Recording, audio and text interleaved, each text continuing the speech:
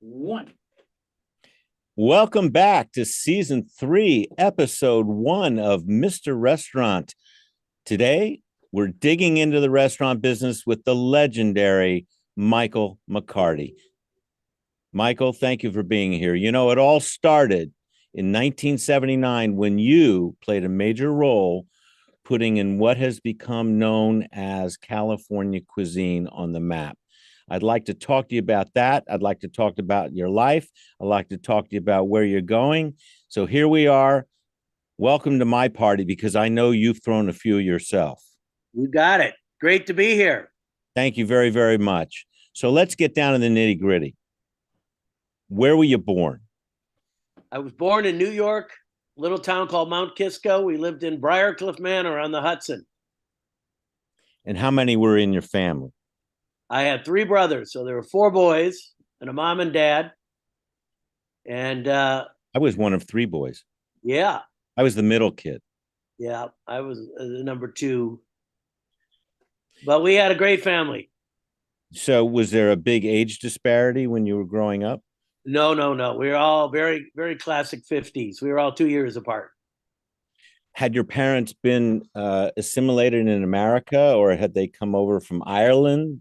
Oh, no, no. It was great grandparents' time. They came over from Ireland and England. My father's family settled in Michigan, my mother's in Indiana.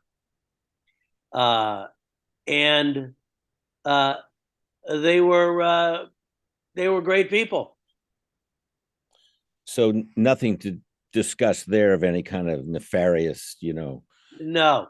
nature. Not that Well, I'm yeah, Barbara of Walters. course. God rest his soul. When an Irish guy marries an English woman, a Catholic marries a Protestant, there was, of course, an uproar in the United States and back in Ireland. But once I got to know my mother, they all threw in the towel and had a blast for 40 years.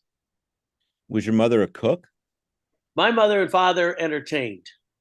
Ah, One of the main reasons I'm in this business is because they had a fantastic group of friends in Briarcliff. They were a close knit group of about 12, 15 families. And they always were getting together to entertain. The food thing was extremely important for them, but it was not like the intellectual, insanity that people talk about now.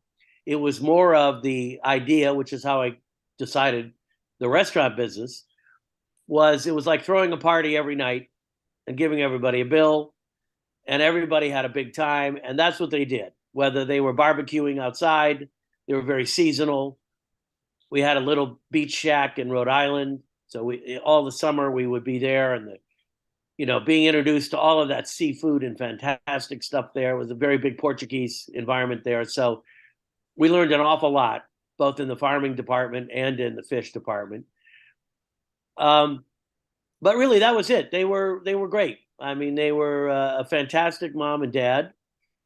My dad commuted for 30 years to Manhattan, worked for General Electric. My mother was your classic 50s mother, very involved in her 4 boys and many other things, of course. did she But follow cookbooks like Betty Crocker or anything? yes, she was a very good cook.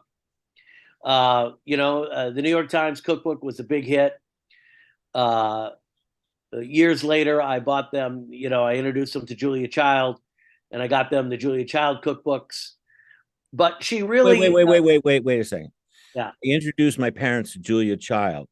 So right, how do you go from this little town in New York?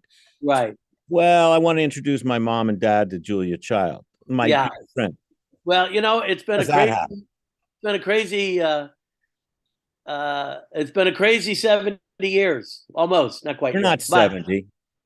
next month, Mazel tov, as we would say. yeah.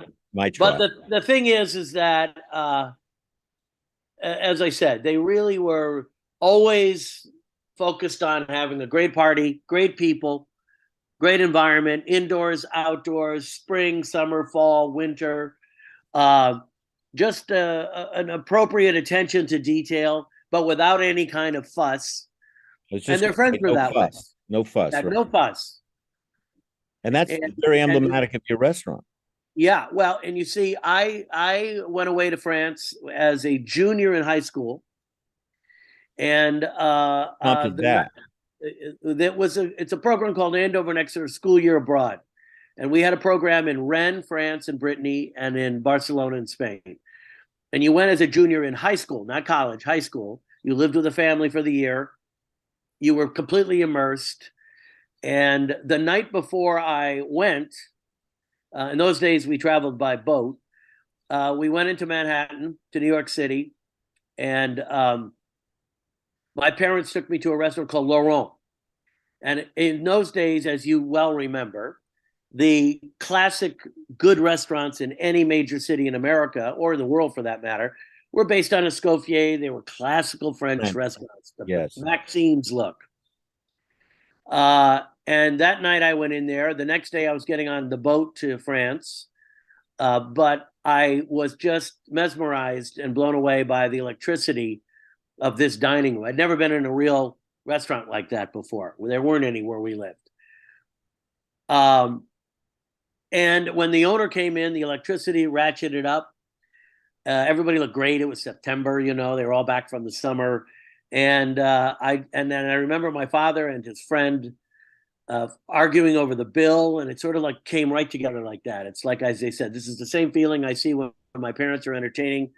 Everybody's got this kind of vibe, this electricity. However, you get them to pay at the end. That was what inspired me to get into the restaurant business right there. Had you ever had any inkling to go anywhere else, or were you just simply like at 15 years old? Is this about the time you were there, 15 in France? Yeah, and not really, and it kept getting better. Want to be a baseball player or something like that? No, not at all. I mean, I had no idea what a restaurant was. As I said, they didn't exist where we lived. And that was just such a mesmerizing experience, an epiphany in a funny way. And it either got better because the next day I got on this student boat with 1,500 students. 50 of them were us, the young juniors in high school. The other 1,450 were juniors in college, all going abroad. But the good news is it took 11 days. Even the better news, it was run by an Italian company. So the meal periods were sensational. I learned about in 11 days more about how the Italians live from all these fantastic waiters and servers and everybody that was involved in their rituals. And, so I sort of got that really intensely ingrained in me. And then when I landed in France, I happened to live in a family that was very similar to that.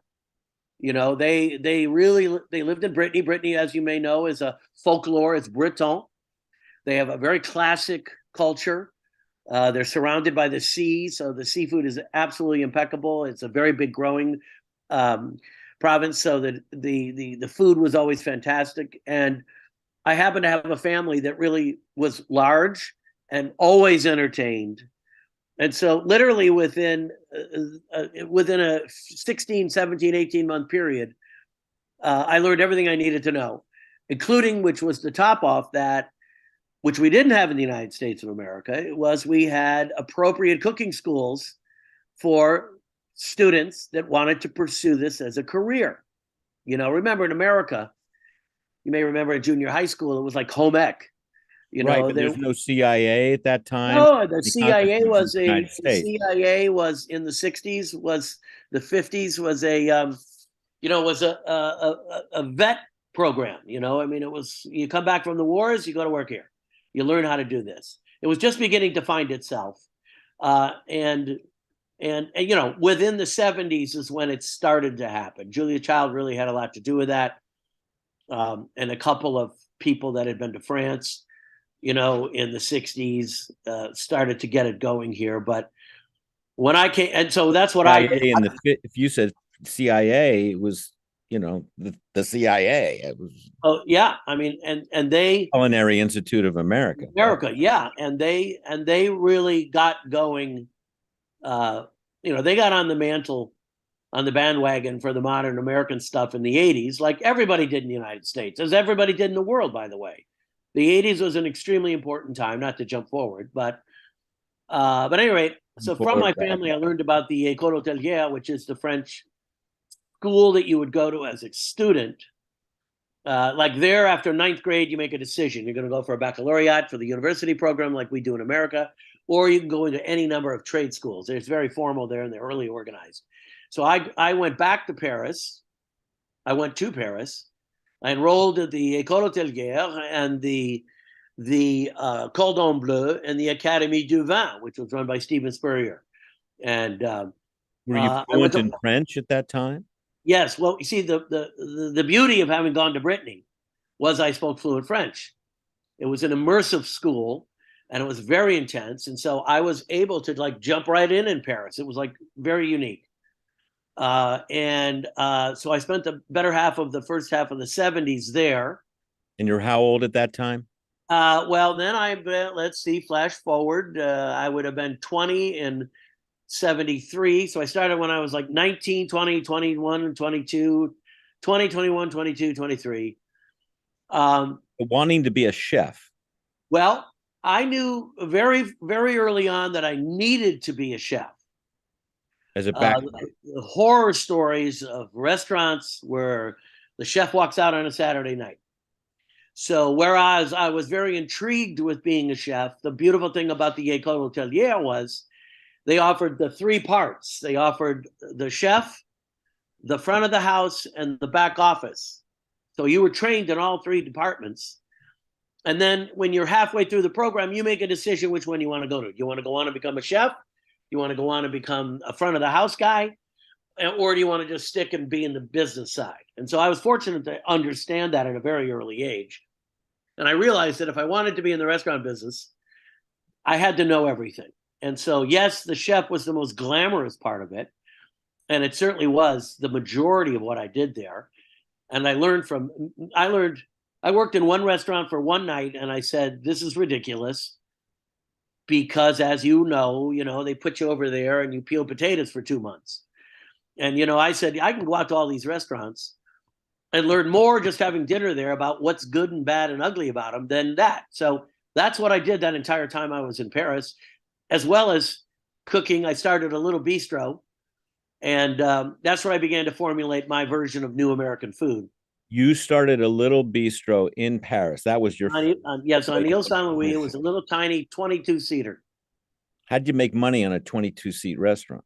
Well, it didn't matter. I didn't pay any rent. My friend going under. Yeah, no, my friend owned the building. That nobody cared about rent in those days. Nobody cared about anything. It was basically entirely illegal. And I ran it only at night. I would come back and cook, and I had a barman and a dishwasher, and that's it. I mean, literally, when I say it's tiny, it's tiny. It was at 20 Actually seats. Sounds very cool to me to go to. Oh, it was a lot of fun. Was there? It was on Ile Saint Louis, and Ile Saint Louis was a very interesting little island. Then it was actually a little village. Ile Saint Louis, a little village. Now it's completely overtaken by art galleries and real estate things. But in those days, I had 3 fish markets, I had 3 boulangeries, I had 3 meat guys, and they would have everything ready. So when I came back, I would just pick it up and cook it. Very romantic image of Paris. Yes, it was great. And the cuisine then, did you focus on everything French, or did you go into Brittany's food, or what did you go into? Well, basically what I did was I really, I sort of really took from the way my parents cooked. My father was a barbecue guy, and my mother, they were very simple. They cooked really great stuff, and very tasty. And so I was going with this. That's the way I was brought up. I'm learning Escoffier food at the École Hôtelière and at the Cordon Bleu.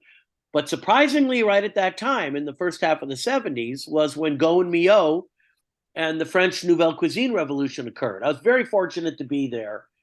The late 60s, the Paul Bocuse, the Frères Trois Gros, La Pyramide, they were all beginning this idea of what is Nouvelle Cuisine. And Gaud and Millau had just opened, and they were duking it out with the Michelin guide.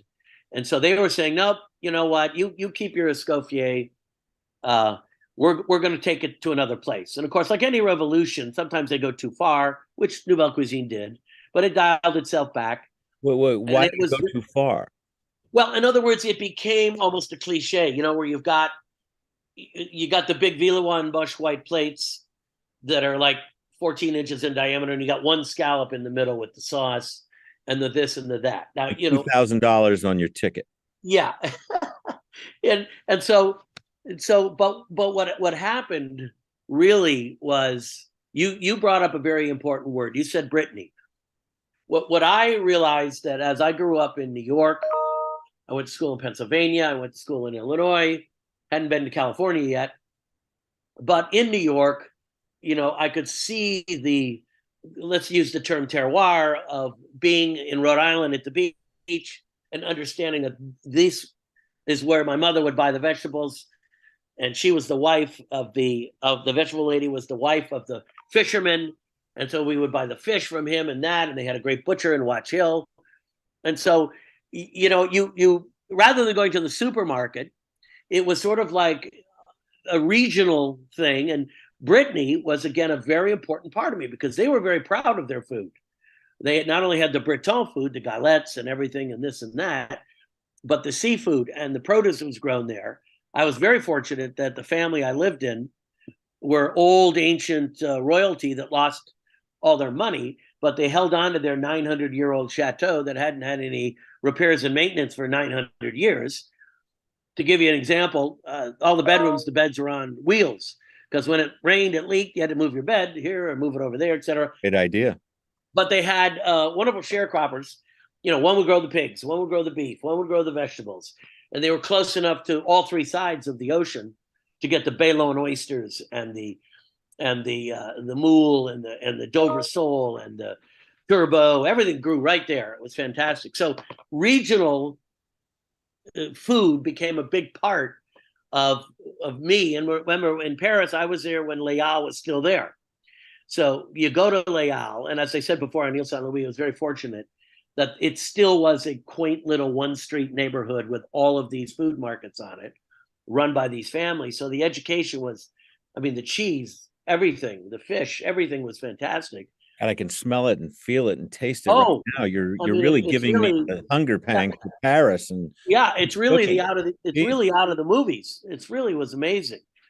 I couldn't have asked for a better time to be there with that Nouvelle Cuisine revolution going on and realizing that you didn't have to just cook Escoffier food. Because if the goal in those days, whether you were in Berlin or Paris or London or Rome or New York or Chicago, was to duplicate the beef Wellington. You see what I'm saying? To duplicate the lobster Thermidor. The beauty of Escoffier food is he codified it and he created what I call the Latin of French cooking, but it's the Latin of true cooking. And this is before you get, of course, into the ethnic foods, but any chef that could master Escoffier food had the Latin to go on and create whatever they wanted and know what worked and what didn't. And that gave you the confidence then to eventually move to California and start your own. Well, yes, that was it. We're going to talk about Dr. D is giving me the high sign. I think we're going to go to commercial Dr. D in a minute or so. Is that right? Okay, 1 minute, I guess. So, but continue, because I want to get into your migration into California, and that's it. You see, and then out of the blue, my parents moved to Malibu, California. Ah, that's what brought you out here. So when I came home from France, I went to see my brother in Boulder, Colorado. He was at school there. On my way out, I went to the summer program that Cornell has. It's a 90-day program. Very, very. It's basically, if you want to, mostly they're all Europeans at the time, or not Europeans, but foreigners who want to work in America. At that school at Cornell? That's the Cornell Hospitality School. They have a great program. You take one class a week. You take it, 8 hours a day, one class a week. And it Americanizes you from how do you butcher differently in America to business and tax law. And it was a great re-entry. And then I went out to see my brother on the way to California. And I ended up getting shanghaied into teaching a class of French cooking in French.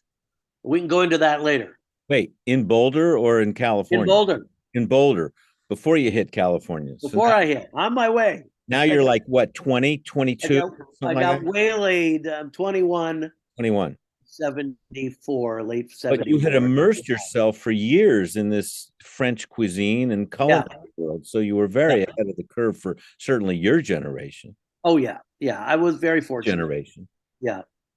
All right. Well, listen, we're going to break. And now we're from Boulder, we're going to move into Malibu and get into that whole scene and discuss Michael McCarty's life and times. And I'm Mr. Restaurant, just really enthralled with the real Mr. Restaurant. Right back. Thanks, Michael. Good. All right. Hold on one second. I want to clear my nose. There you go. I think I have a little Kleenex here. Yeah. Okay. We got a few stories we can share with each other off camera. You know, I'm looking forward to coming in one night and just hanging out. Yeah. Yeah. Bob Morris is a piece of work. Well, he's a great piece of work, and he's a loyal guy. If he likes you, he loves you. If he doesn't like you, he doesn't like you at all. So I'm glad I'm on his good side. Yeah. He's a wonderful, wonderful human being, and he's been great to me. So he knows my funny story about the Paradise Cove restaurant is I came back for 3 weeks one summer after they'd moved out here. Yeah. And we're walking on the beach, and my dad said, "Hey, look at that." And a sign said, "Opening in 2 weeks." So I said, he said, "Go in there and see if you can help him." So I did. That's how you met Bob Morris. Well, no, that's how I met Jimmy McDonald, who owned it at the time. I see. When it was the Jetty, or no. His Jimmy dad had McDonald, owned the Jetty. It was called the Paradise Cove then in the beginning. Paradise Cove. Got it. Okay. Ready to go? All right. Here we go. In 3, 2, 1. Well, we're back at it with Michael McCarty, and I'm Will Knox, and this is Mr. Restaurant. So here we are, Michael. We were in Boulder, moving west. You left Boulder. You were teaching briefly in Boulder, and you moved to Malibu, or the Boo, as it's called by many, because your parents moved there. Exactly. And you're 21 years old, and now what am I going to do with my life? I'm 21. Right. Well, other than smoking pot, what were you doing? Yeah. So what I did was the way that I paid for a lot of my schooling and things like that and lifestyle was I catered while I was in Paris, because the American expats love to have somebody who could speak French and English and round them up and get them going. It was still, again, a difficult time for a lot of people. But when I was in Boulder, the final exam of my last class, one of my students brought a girl who is now my wife 50 years ago. Oh my gosh. That's a real testament to you and your wife and your life. Yeah. And her name. At any rate, so I said to her in December, I said, what are you doing? And she says, "I'm going to LA to see my parents." I said, "I'm going to LA to see my parents." So we moved here, and that week between Christmas and New Year's, we went out to the 5 or 6 best restaurants in LA. Perino's, Scandia. You had that much money in your pocket? Oh, I was a big caterer. Let me tell you, I did some big parties. For you. L'Ermitage, Ma Maison, Le Restaurant, Saint Germain. Those are about it. And that was one of the things on the checklist. She could eat and understand because she grew up in Switzerland. She's American, but she grew up in Switzerland. So she spoke French fluently. She spoke French and German. And she knew how to eat in French restaurants. So, it was great. And we've been together ever since. Been together ever since. And her name is? Kim. Can we refer to Kim as being very instrumental in your life at the restaurant? 100%. And what did she do? She's an artist. So she's an artist. Yes. And that contributed greatly to your whole overall concept of what Mike should be. 100%. When on the little place on Ile Saint Louis, there were local artists that still could afford to live on the island, and I did one of the things that people hear about, I did trade for art on the walls. So I got all these crazy artists. They put the work up there. And when I came out here, little did I know, but I learned very rapidly that Santa Monica, Venice, and LA was a very big, burgeoning, emerging artist community here. Huge. You know, Richard Diepenkorn, Bill Bryce, Larry Hockney. Bell, Hockney. I mean, it was insane. Billy Al Bankston, Laddie John Dill, All Chaz the West Garabedian, Side Venice types. all the West Side Venice and Santa Monica types. And Kim came out here and went to Art Center College of Design, and then got her MFA at UCLA in the fine arts. But you know, our restaurants have always been about, you know, we did the gallery look, you know, rather than the red patent leather and the, you know, closed red velvet curtains and all that stuff. All of the Escoffier style restaurants, we did open air, outdoor gardens, all white, lots of artwork. We showed tons of artwork, and Kim really coordinated the entire thing.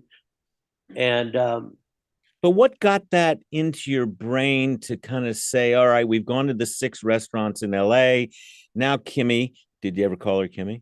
no, I'll call her Kimmy. but Kimmy, a lot of people do. Kim, I want to open a restaurant. Did you say that to her? Oh yeah. She always knew. I mean, I always knew we were going to open a restaurant here. Okay. You know, I called up Lois Dwan, who was the food Writer critic for the for the LA Times. LA Times. And I called her out of the blue, cold caller. I said, Lois, I'm Michael. This is my history. I just came from France. This is what I've been doing. I'm brand new in LA. I know absolutely nothing about it. Who is the most knowledgeable chef, and who is the most knowledgeable wine person?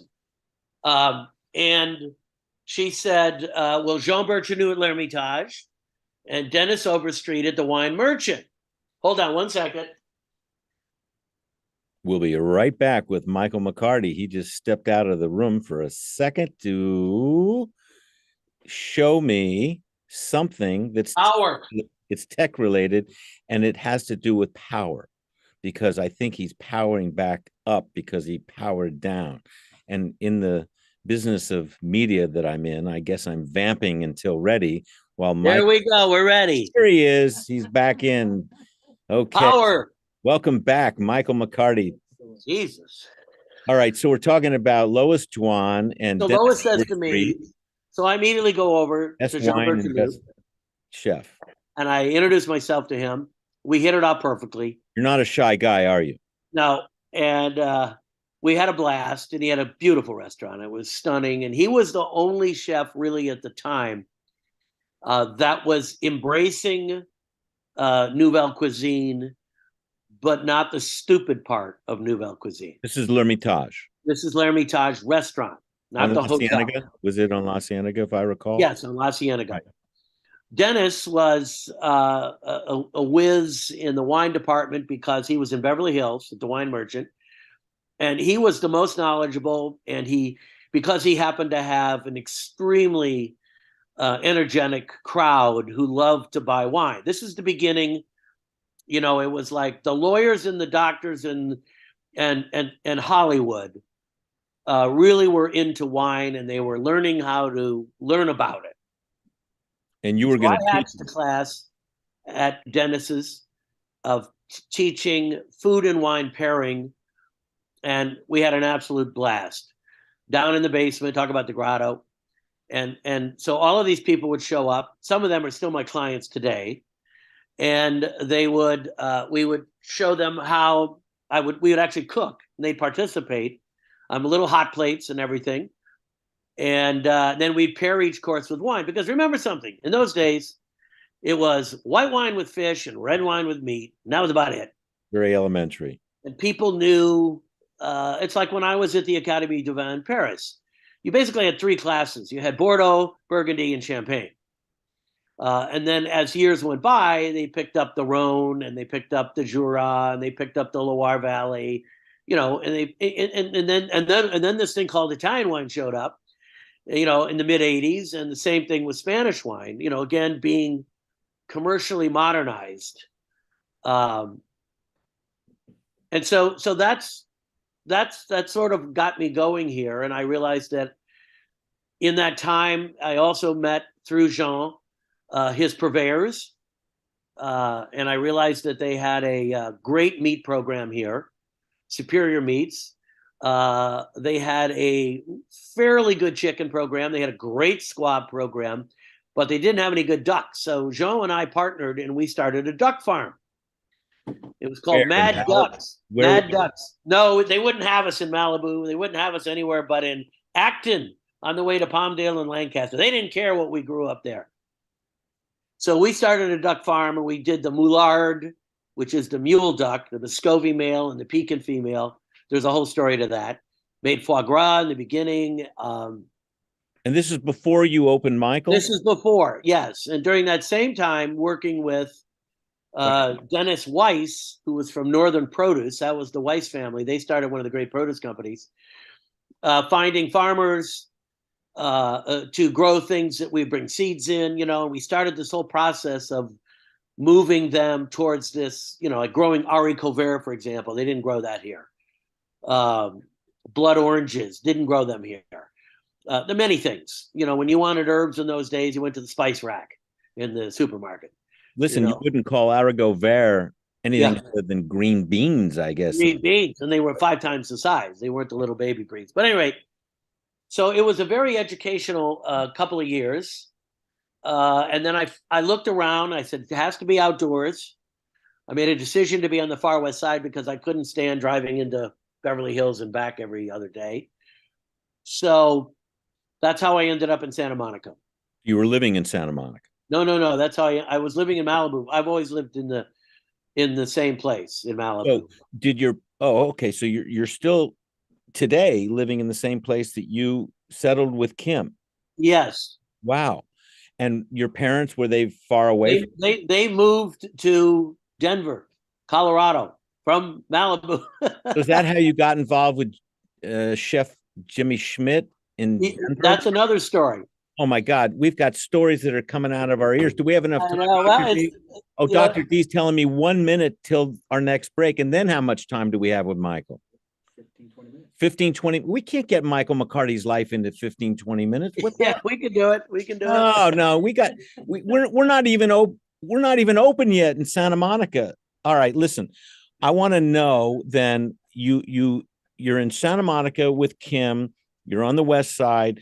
Are you then saying to yourself, I want to open a restaurant in Santa Monica? Is that what we're in Malibu, and we're in Malibu, and I said the furthest I'm going to drive every day, because the smog and the traffic was horrible here those days. Looney.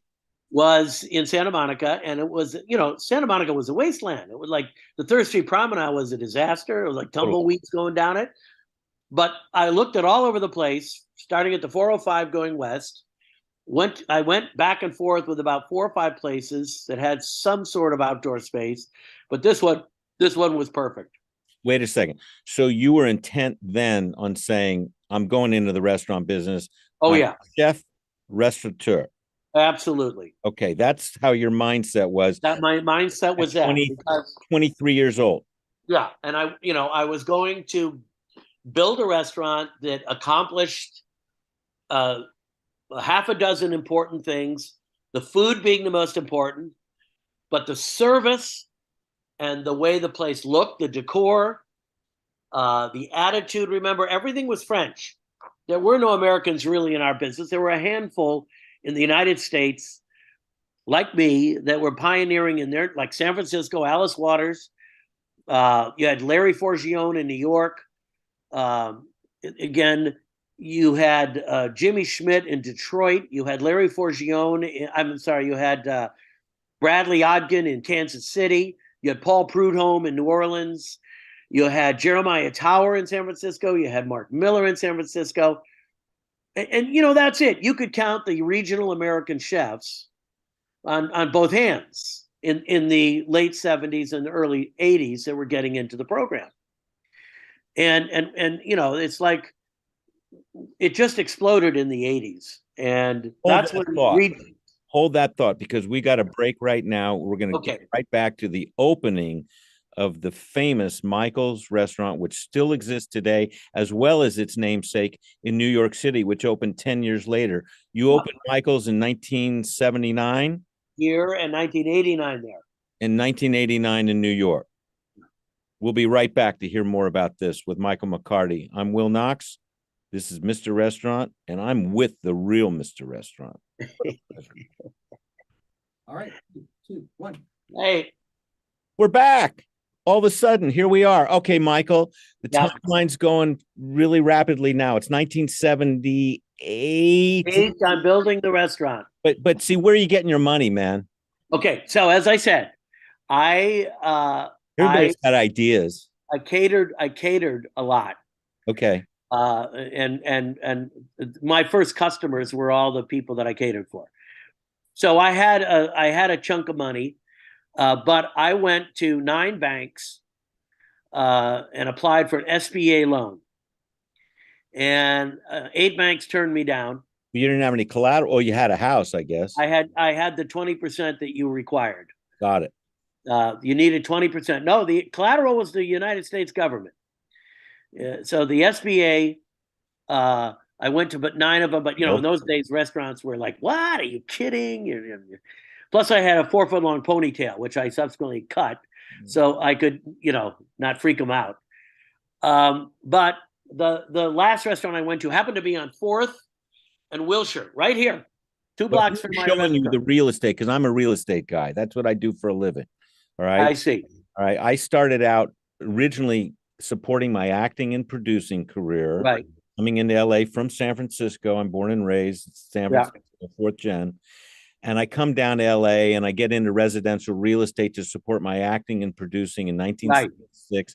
Then the market just tanks in 1980 and I didn't know what I'm going to do. So I found that maybe if I go into commercial real estate, that works. Well, the first deal I did in commercial real estate, I found for a little known chef that you might know. His name was Wolfgang Puck.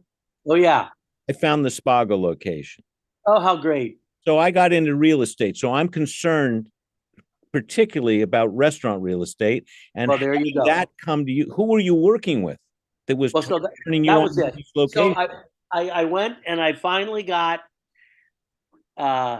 Perry Jones was the branch manager at UC, United California Bank, and I presented my package. It was all put together in the forms that you need for the SBA, all done exactly the way it's supposed to be. Did you have artwork? Did you have renderings, a deck? Oh, I had the renderings. I had the artwork. I had the menus. I had the finances. I had the whole thing.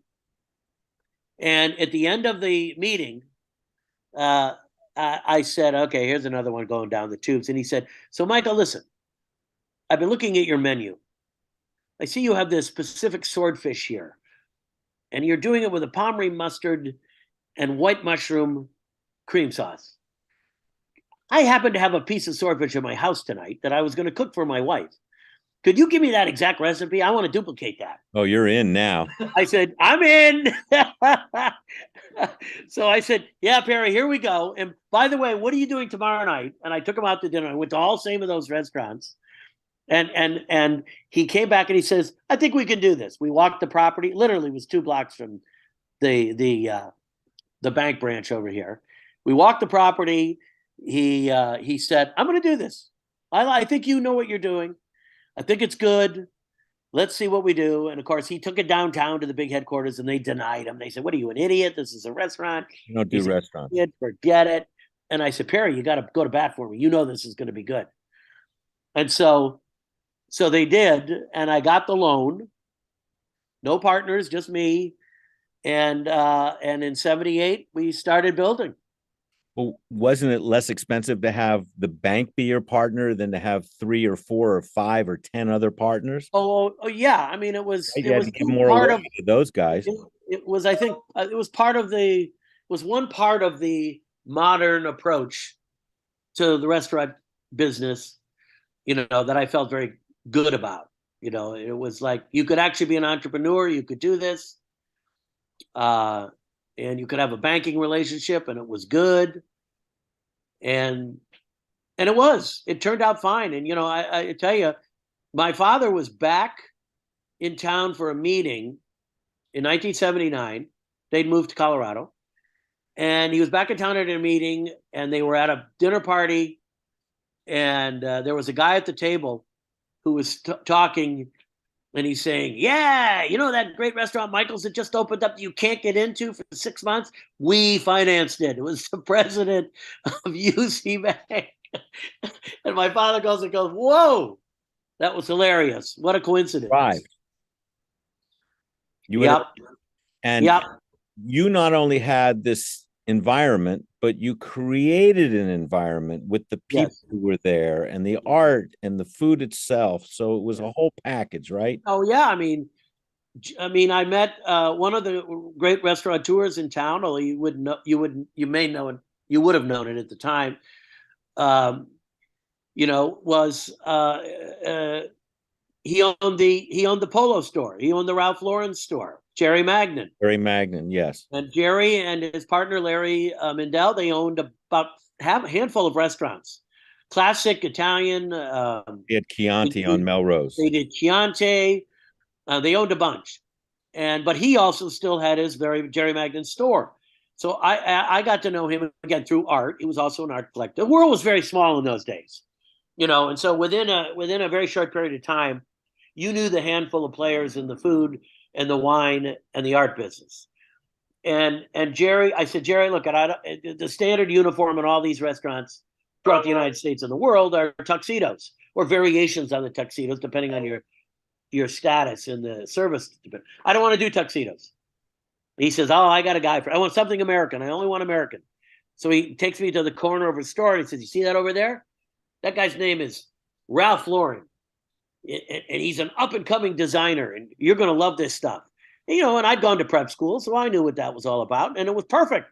We got the Ralph Lauren pink shirts, Oxford shirts. We got a rep tie. We got khaki pants, topsiders, and we outfitted my staff in that, and it was just a whole nother look. Again, imagine yourself in the restaurant. It's all outdoors, the lights everywhere. The walls are white. There's art everywhere. And instead of people marching through it with, the tuxedos, they're marching through it with a really nice, casual, chic, Ralph Lauren outfits. And that was another big hit. You really fostered creativity in your restaurants. Well, that's it.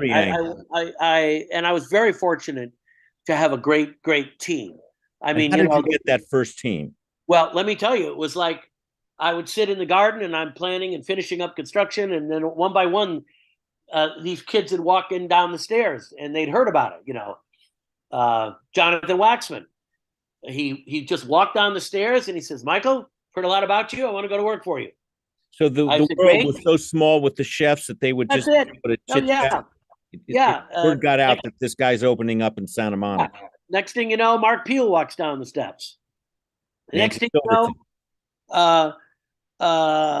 Billy Flug, who was from Boston, who happened to be out here and heard about it from Boston. He came down the steps. Ken Frank came down the steps. And so I said, all right, you guys, and then Jimmy Brinkley, a fantastic pastry chef that nobody knows about, but is brilliant. Pioneered, again, with me, we really took the classic French pastries, modernized them, made them less booze, more about less weight and dense. Again, this is all this stuff going on. And so with that team, we opened up, and it was the same thing. I got a bunch of Americans in the front. My sommelier was the easiest part to find because, first of all, there were no sommeliers. And Phil had worked when I was in Boulder. He ran the wine department in the Liquor Mart, which had just to give you an idea of how important the Liquor Mart was in Boulder, Colorado. That Liquor Mart was owned by a guy who so loved wine, especially California wine and French wine. Of course, that's all there was at the time, really. But he got the same allocation that the entire Southern California, LA area got for his store. That's how successful it was. And so I found Phil and brought him to LA, and he opened up, and so we had this fantastic wine list. I mean, when we opened up, Krug was our champagne by the glass, and Schramsberg was our sparkling by the glass. Dick Graff from Chalon was our Chardonnay. And Tom Jordan, who I knew from Colorado as well, I met there. It was his Cabernet, was the Cabernet by the glass. I mean, it was that kind of a thing. And you created your own vineyard too, didn't you?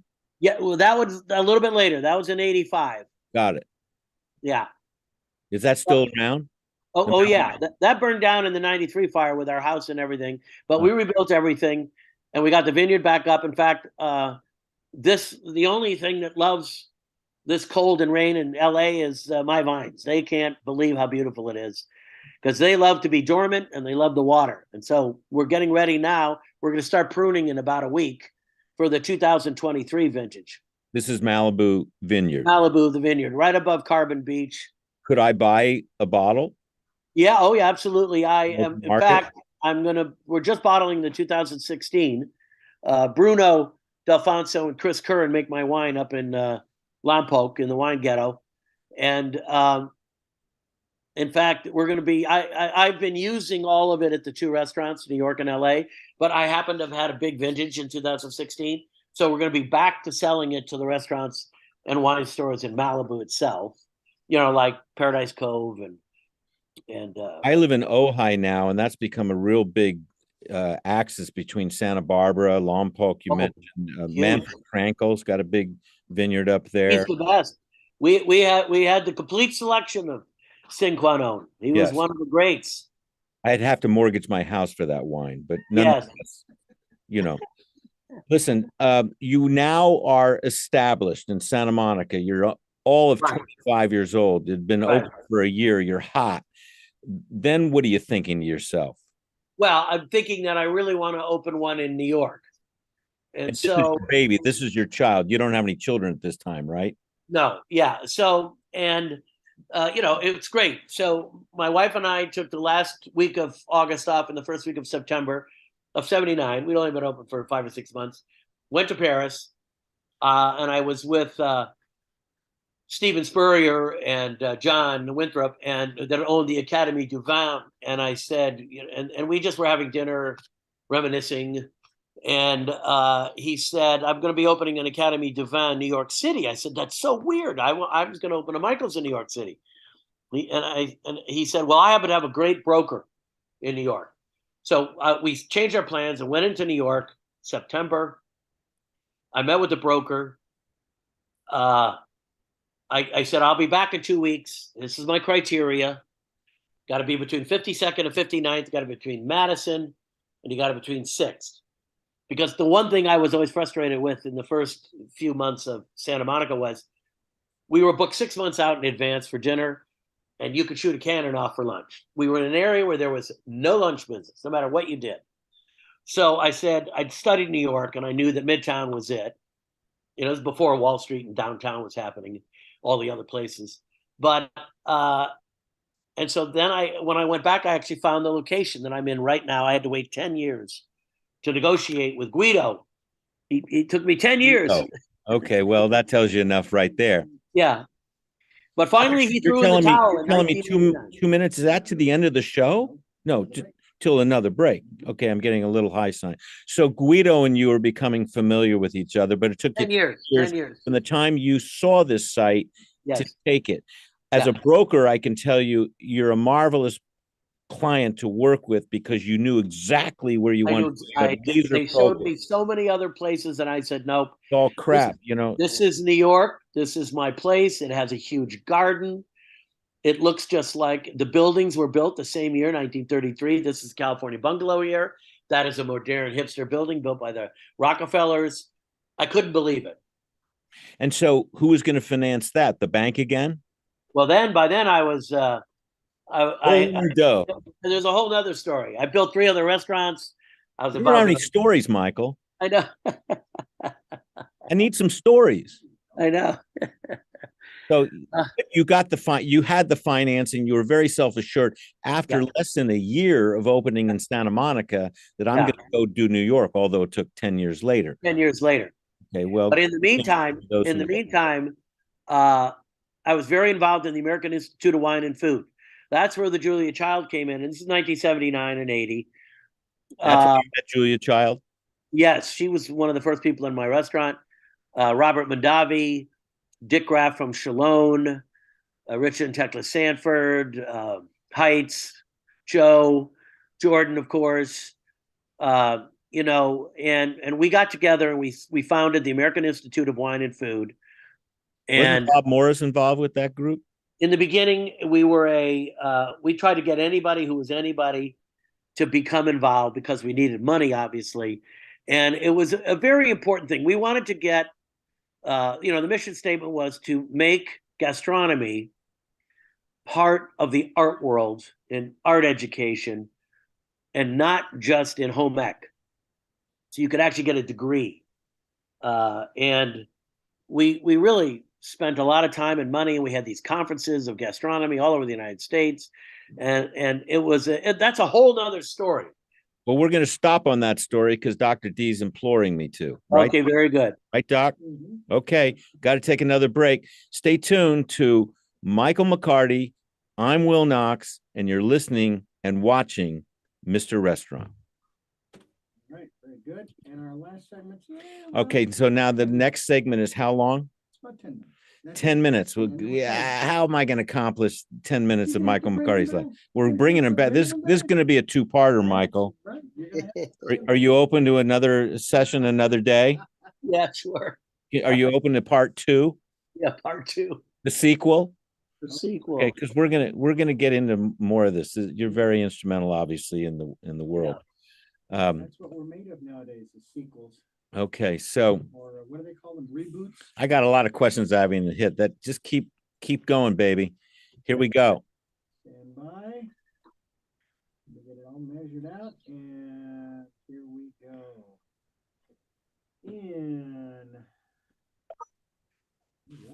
Thank you. 3, 2, 1.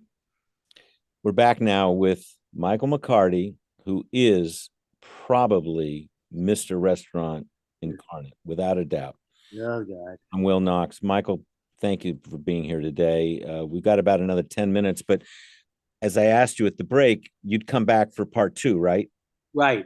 Okay, we're going to do this another day because there's just a lot to cover, and we're only at 1980, and we know that you opened up in 1989, but you're with the American Institute of Wine and Food. Yeah. And you're really rolling now, though, in Santa Monica. And well, I mean, I think it was the important thing about Santa Monica was we were accomplishing so many new things. They referred to us as California cuisine, and I would explain to people that really what we were we just began. We pioneered regional American food. And as you know today, and like I said, when I did the James Beard dinner at the Stanford Court, Jim Nasikas was James Beard's oldest friend. And in San Francisco, I went to San Francisco every month for the board meetings because Jim would host them at the Stanford Court. And we would all meet there and we would go, the meetings were important, but it was where we were having lunch and where were we having dinner, which was almost as important.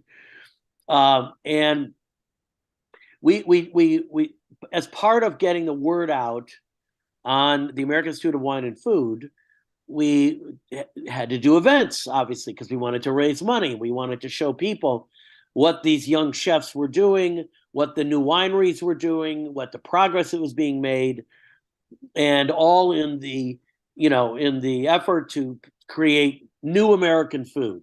And so, for example, like those chefs I reeled off before, in 1983 is when we were doing the first James Beard event, and I reached out to those chefs, and each one of them represented a different area in America where they were pioneering their region's modern American food.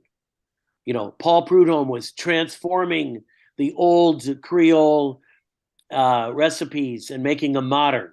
And that was his K-Pauls. Larry Forgione in New York, he was at the River Cafe at the time, and was opening, was really doing a bang up job of sourcing locally, getting the produce, getting the proteins, etc. Jimmy Schmidt in Detroit, he worked at the London Chop House, also another friend of James. Bradley Ogden in Kansas City. And Bradley Ogden, Kansas City, and Jeremiah, and all region, everybody up San Francisco. And so we put this dinner together, Alice and it was Waters was part of this at that time. Alice Waters, and I should send you the link one day to the movie because I filmed the whole thing. Oh, I'd love to see that. And then we edited it down, and it's a great movie that showcases individual pieces of each chef and each winemaker. Laura Chanel and her goat cheese paired with Bob Mondavi and his, how long a film is this? Well, it's about 30 minutes. So we can go it on the restaurant with my short film, Too Much Oregano, which won the Cannes Film Festival in 1980. Oh, I didn't know that. I'm going to show it to you. Fantastic. We're going to trade each other's creativity. Yours is far beyond mine, however. Now, wait a second. Am I being cued again? Is this 2 minutes? And that's it? 2 minutes to close? This is BS. For part one. Okay. Part one. Come on, Michael. We're just getting started. This is the appetizer, for Christ's sake. Right. Oh, excuse me. Sorry. All right. So 83, you're doing this. 83. Love to see that film. Yeah. But I have a curiosity, and that is you're working down south in Southern California, and Alice Waters is working in Northern California. Yes. And you're almost on similar tracks, and you both are, quote, California cuisine. Yeah. Labeled as. So the pundits are calling it that. Were you in any way competitive with Alice? No, not at all. In fact, competitors? She was a very big part of the American Institute of Wine and Food. That was the other thing. It was like chefs had always been rivals in the French wars. You know what I mean? Yes. They hated each other and they were rivals, and there's all kinds of stories. Find out to each other. We were bound and determined to do two things. Number one, have the American restaurateurs and chefs, be colleagues in this, be cohorts. The other thing, which as far as running the restaurant was, I insisted on breaking the age-old problem of the hatred between the front and the back of the house, which was always classic in horror, everybody's in the restaurant business. But no, Alice, Jeremiah, Mark Miller in San Francisco, it was, they were, Mark was just beginning to do new Southwest American food. He pioneered the idea of using, it sounds ridiculous, but jalapenos and cilantro, with French olive oil and lime juice. And I'm hungry. On a grilled quail, you see, over mesquite. And, that's how beautiful it was in those days. Right. And Jeremiah, he like Larry Forgione did with his roast chicken, his free-range chicken. He basically coined the idea of calling it a free-range chicken. And when we did the dinner, the menu tells it all. The menu tells it all. When we, Bradley and Jimmy were doing, modern Midwest, using the traditions and the ingredients. Of course, now, here we are, flash forward to today. Every state in the Union has its own modern American food based on the traditions and the modernization of that. We were in Minneapolis last month. We ate in a restaurant run by a guy called the Sioux Chef, Sioux as in Indian, and he only uses pre-colonial ingredients. And it was a fantastic meal in Minneapolis. He's brilliant. And again, the revolution has succeeded and is televised. Oh, I've got to get some of that North Dakota chili, I guess. I have no idea.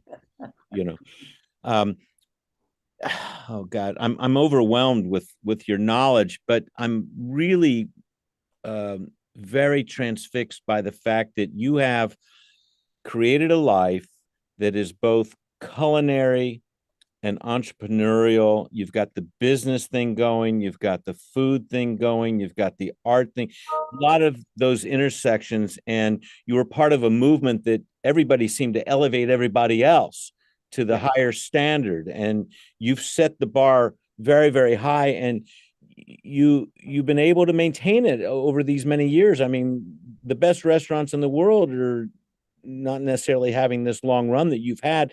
Did you Right. ever run into a fallow period, a period that was really kind of like, I think I'm going to close it? Well, let me tell you, I got a lot of stories about that. We should save all of that for the That's next. for part two. Yeah. Okay, because we're going to leave on an up note for sure. Yeah. We're going to get into some of the disappointments in part two, but geez, this has been a really, really uplifting time, and just not enough. I don't have enough time to cover Michael McCarty. Is there anything that you would say to a 24-year-old aspiring person who wants to open his or her own restaurant, or they's own restaurant?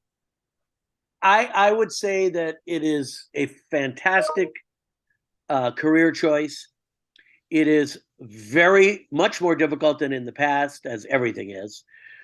What we go through in running restaurants is, it used to be all fun. It used to be about food and service and the decor and the people, and work has unfortunately creeped into it. The government regulations, the this, the that, the that, the this.